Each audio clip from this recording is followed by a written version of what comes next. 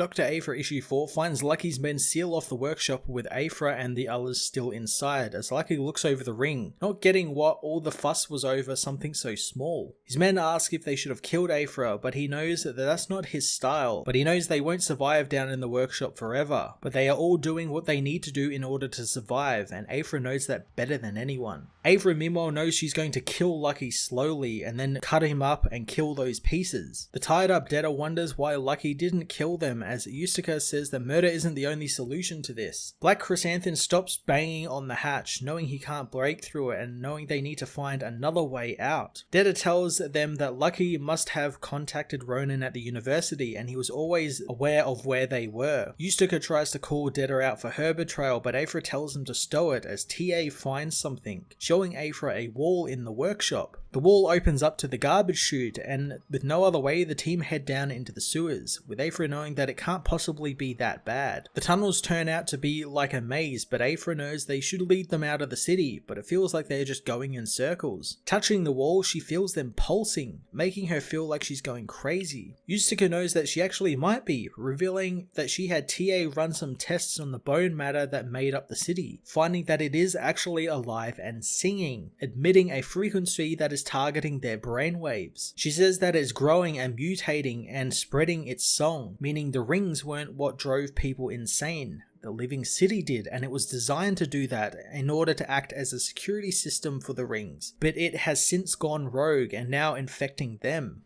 Aphra frees Debtor, warning her to play nice as they arrive outside the city near the Archangel. Suddenly 3 ships descend on the city, obliterating the ship and the entire city. The archaeologists mourn the loss of the city and its secrets, but Aphra knows that whatever Tag can't have, he destroys. Meanwhile, Tucker congratulates his crew on a job well done as Lucky notes that the sound in his mind hasn't gone away. Kaihart asks what he's going to do with his share of the loot, but Lucky tells her not to count her credits before she's got them, since Ronen could always betray them. He remembers when Ronen recruited him, offering him a job to help with his financial problems. Returning to Canto Bight, Ronen gets the ring, finding the red jewel glorious. The man, however, remembers asking for 2 rings, not 1, and Lucky failed to bring him that as well. He also knows that he wanted a witness for this, wanting Eustacia brought before him to watch the ring's destruction, knowing he had thought about her seeing the ring's destruction in his head, knowing that it would have been exquisite. Thanks to the man failing, Lucky's pay is being cut along with his crew's, angering the man who knows that this is not their deal. Ronen threatens Lucky's little brother Pack, so the man stays in line, agreeing to the new terms and quieting his crew as he heads out to the Crescent Royal Casino, where he meets with his brother who is on a winning streak, wanting Lucky to come and play with him, but the man knows he's better at Sabak than he is at the machines. Aphra and the others meanwhile pick through what's left of the Archangel and the other ships, hoping to find something that can still work, and soon Black Chrysanthemum finds an intact High Republic ship, garnering Aphra's attention. The woman rushes over to investigate the ship, finding it is still active. Eustacia asks her what happens now since the rings are gone and so is the city, along with centuries of history and her faith in any of the crew. Aphra realizes that Ronen only has 1 of the rings, wondering where the other one is, but Debtor knows that it was in the city, and if it was, it's long gone now. Aphra knows that Tag wouldn't have blown it up if the ring was there, knowing that she's missing something in part of Ronen's plan. Aphra knows that they should be smart and cut their losses for now, but Eustacia demands they continue, having had enough of Ronen Tag. Aphra says that her idea was the smart option, but not the best one, and Eustacia wants to hear what their best option is, so the crew head to Cantonica, where they are confronted by Ronen's fleet. Aphra broadcasts to his ship, telling him he was easy to trace. The Doctor broadcasts that she has something Tag will want, turning the ship around and telling him to come and get it. The fleet give chase, firing on Aphra's ship as the main thruster is soon hit and explodes, allowing Tag's men to board and capture them. Aphra hopes that Eustacia is ready as the crew are taken to Canto Bight, where Ronen welcomes them. The man is glad they could all join him for a chat, having something special planned just for Eustacia. Aphra hopes that he won't keep the woman waiting, praying that this insane plan of hers really works. Dr. Aphra issue 4 ran with a cool twist writer Alyssa Wong delivered at the end of the last issue and ended our group's little tomb raiding adventure in an explosive way, as Aphra again changes allegiances and comes up with a daring plan to get the powerful Rings of Vaale back from Ronen Tag. I thoroughly enjoyed more of the reveals about the creepy city, learning that it's actually kind of one huge security measure. That's a really creative spin on the classic cursed lost city trope, and it fit with the book and even Aphra's own aesthetic really well, since she's a little cynical when it comes to the more fantastical side of the Star Wars universe, like Force ghosts and the Force in general. So I really commend Wong for sticking with that through her series. The ties to the High Republic also keep coming, and we get our first look at a cool new High Republic ship, and I cannot wait to see what Aphra's plans for the ring is in the next issue. I'm going to give this issue a 9 out of 10.